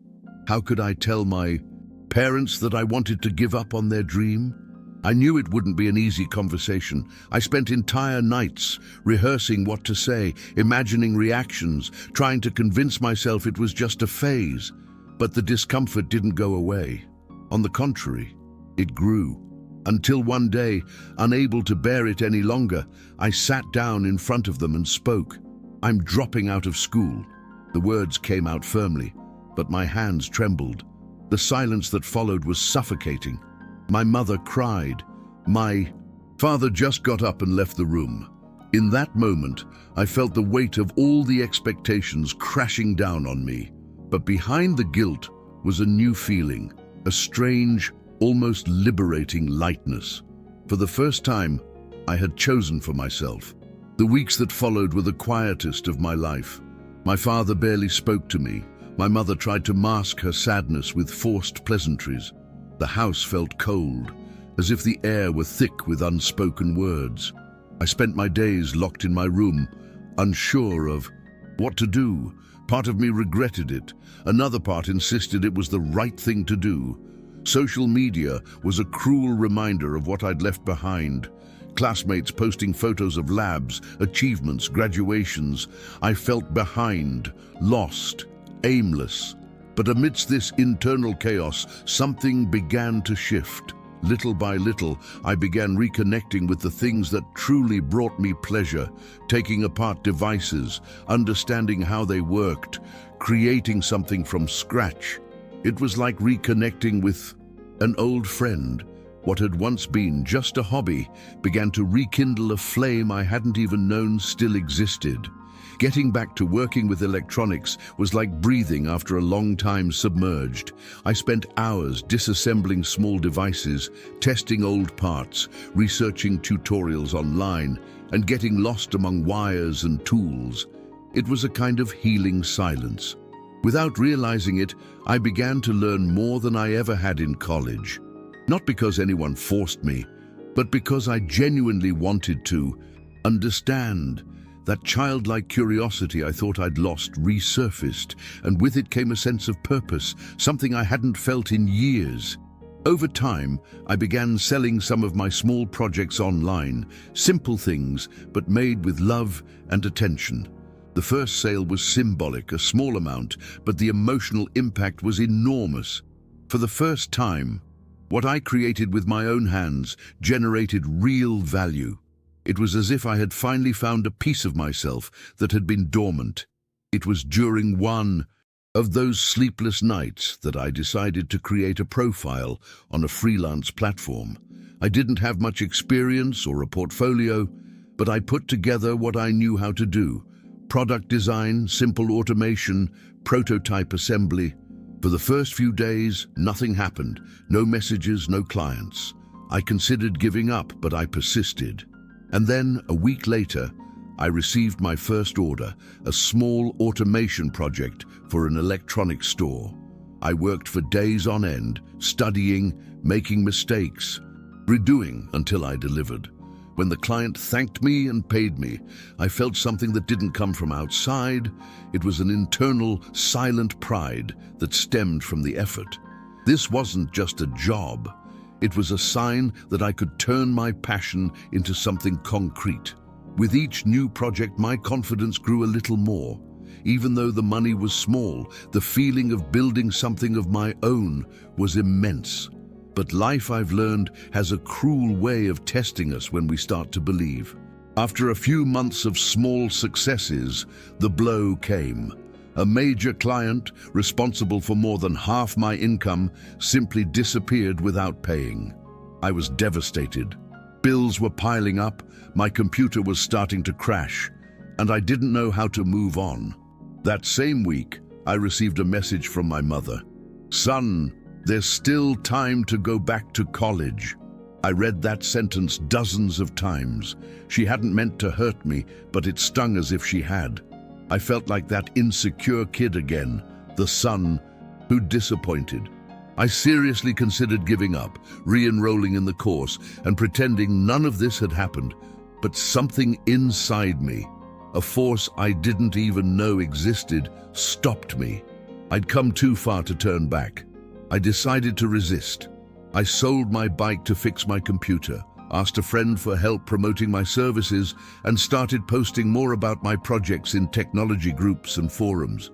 It was then, almost by chance, that an engineer from a major startup saw my work and invited me for a chat. I read that message several times before I believed it. On the day of the meeting, my hands were sweating and my heart felt like it was about to burst out of my chest. He explained the project. He needed a prototype for an internal system. I didn't have all the necessary experience, but I accepted the challenge. I spent nights studying, testing, and starting over from scratch. When I delivered the results, he responded with a phrase I've never forgotten. "You're ready for something bigger?" I cried with relief. For the first time, someone saw value in me, not because of my degree, but because of what I was truly capable of. After that message, everything changed. What seemed like a simple project became a turning point in my life. The startup liked my work so much that they invited me to take on new challenges. I dove in head first. Each delivery was a mix of fear and excitement, fear of not being up to par, and excitement at finally following a path that made sense to me. Within 6 months, I was working with companies that had previously seemed unattainable. The money started rolling in, but what mattered most was recognition. I felt useful, capable, whole. Still, the specter of judgment lingered. When my parents asked if I was thinking about going back to college, I'd look away and reply, "Maybe someday." I didn't want to fight anymore, but I also didn't want to lie anymore. The truth was simple. I was rebuilding myself, and that process didn't fit into a diploma. Despite my professional progress, my relationship with my father remained fragile. He rarely called me, and when he did, it was only to see if I was back to school yet. It was as if to him, nothing I achieved was valuable unless it came with a degree. That hurt, even when I pretended not to care. For many nights I considered lying, saying I'd come back just to ease the tension. But I knew that would be betraying the only thing that still held me together, my truth. The silence between us was heavy, but I tried to believe that one day he would understand. I just wanted to be seen, not for what he expected of me, but for who I truly was. And until that day arrived, I kept going, one step at a time, learning to be my own support when the world insisted on discrediting me. It was during this period that I had the idea to create something of my own. I realized, through online groups and communities, how many talented people there were, but without opportunities, facing the same difficulties I faced. I decided I wanted to change that. I wanted to create a platform that connected small freelance engineers and technicians with companies seeking creative solutions but lacking the resources to hire large firms. The idea seemed crazy at first. I had no team, no investment, no business experience, but I had drive, and that I already knew was the most powerful fuel anyone could have. I spent days sketching ideas, studying code, design, and marketing. I slept little, ate poorly, but I was filled with an energy I hadn't felt in a long time. It was as if all the chaos of the last few years was finally finding a purpose. The following months were filled with intense work. I woke up early, studied new programming languages, read articles, attended lectures, and at night, tested what I'd learned. I did everything myself: the platform layout, the registration system, the integration with companies. There were dozens of mistakes, sleepless nights, and countless doubts. But unlike the Arthur of before, I didn't give up in the face of difficulties. Each obstacle became a learning experience. When I finally managed to launch the first version of the app, I remember staring at the screen, silent, with tears in my eyes. Not because it was perfect, far from it, but because that code, full of flaws and patches, was a faithful reflection of my journey, imperfect, persistent, and true. For the first time, I felt I was putting something into the world that carried my essence. I launched the app without investment, just with courage and a little faith. I used social media to promote it and told my story in a heartfelt post, explaining where the idea came from. I didn't expect much, but the response was surprising. Within a few days, the first registrations from interested professionals and companies began to appear. People from all over the country said they'd always dreamed of an opportunity like this. Seeing it happen before my eyes was thrilling. It was still small, fragile, but real. And for the first time, my father called me without asking about college. He'd heard about the project from an acquaintance and, in a low voice, said, "Congratulations, son. I'm proud." They were just a few words, but they carried immense weight. I hung up the phone and cried, not with sadness, but with gratitude. It was the beginning of reconciliation with myself and with him. As the platform grew, challenges I'd never faced before also emerged.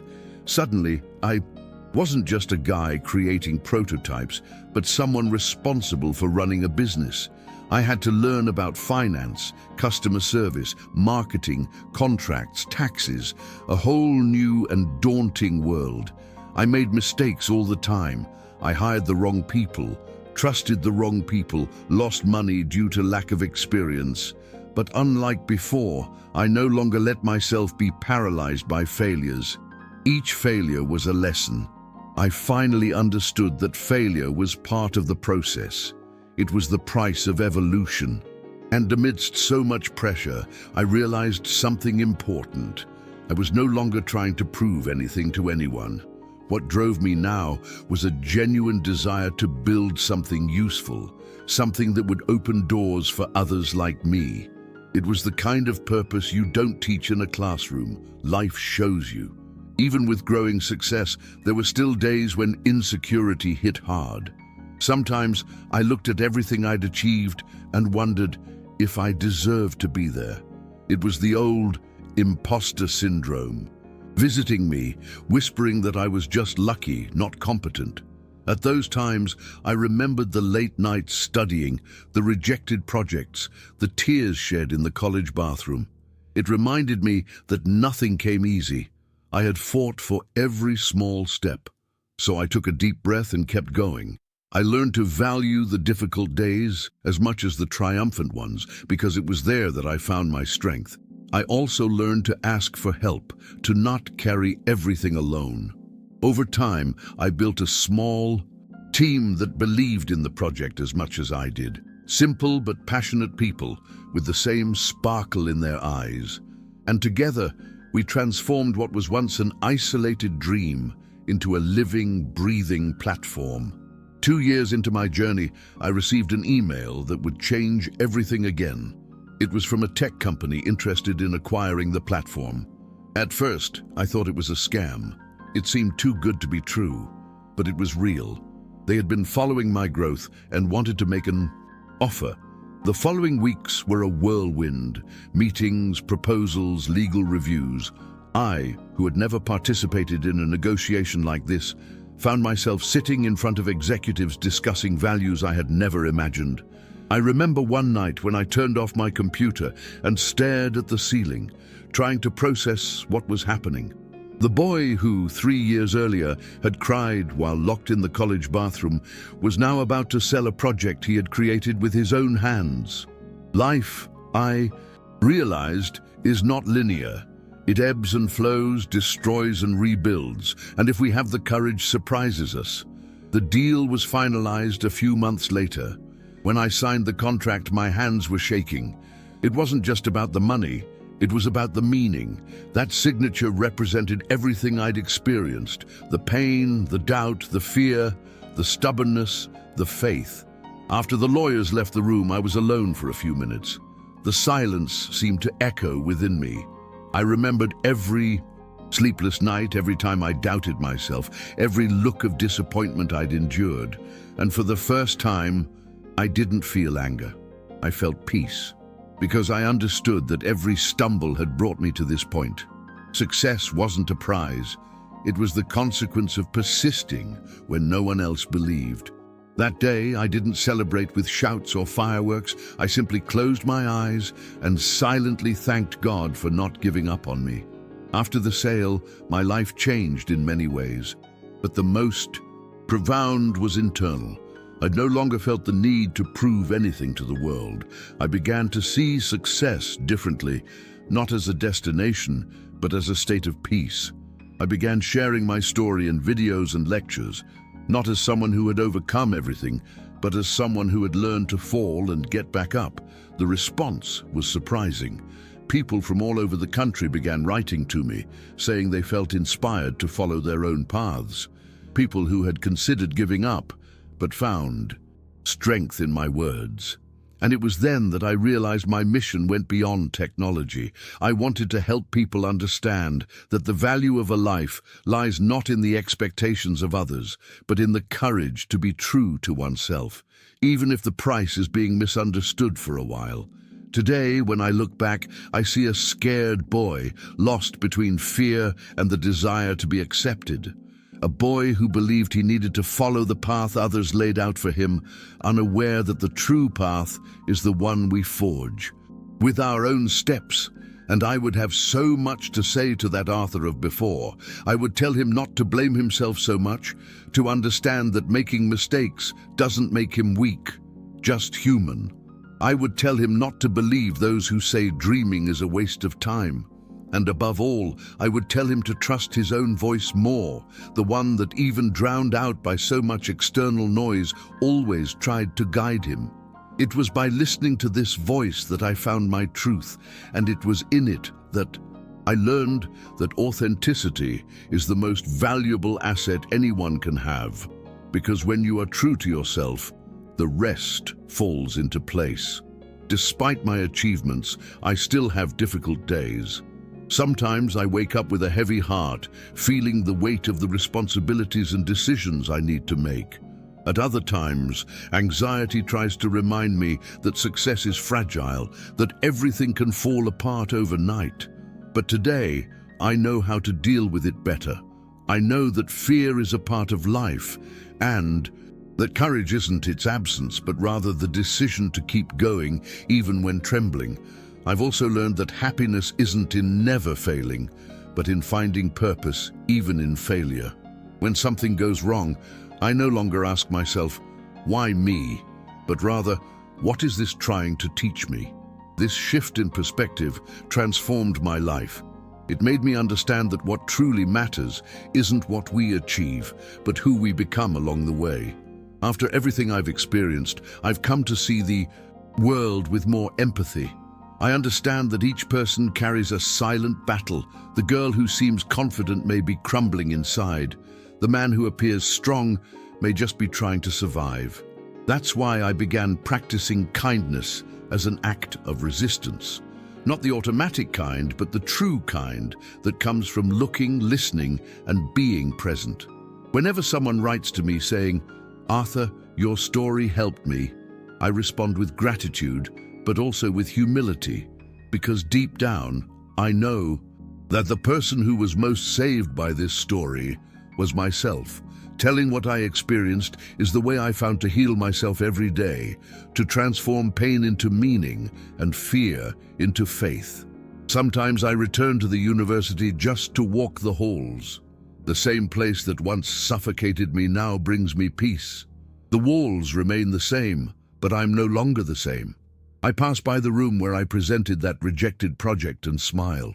I remember the tears, the doubts, the judgmental looks, and I realize how necessary it all was. Without those falls, I wouldn't have learned to get back up. Without the silence, I wouldn't have heard my own voice. Life, I've learned, has a curious way of preparing us for what comes next. It tests, knocks down, challenges, but it also teaches, molds, and strengthens. And it's in this cycle of losing and starting over that we discover who we truly are. Today, I don't know what the future holds, and for the first time, that doesn't scare me. I move forward. With the serenity of someone who understands that destiny isn't a destination, but a path in constant construction. I continue creating, learning, and making mistakes, but now with a light heart, because everything I've experienced has brought me here. A place of peace, purpose, and gratitude. And if there's one thing I'd like people to take away from my story, it's this: that no one needs to be born ready. That it's in the failures, the attempts, and the nights of uncertainty that we find ourselves. My name is Arthur, and this is the story of how I learned that the greatest success in life is allowing yourself to be who you are, even when the whole world tries to tell you otherwise.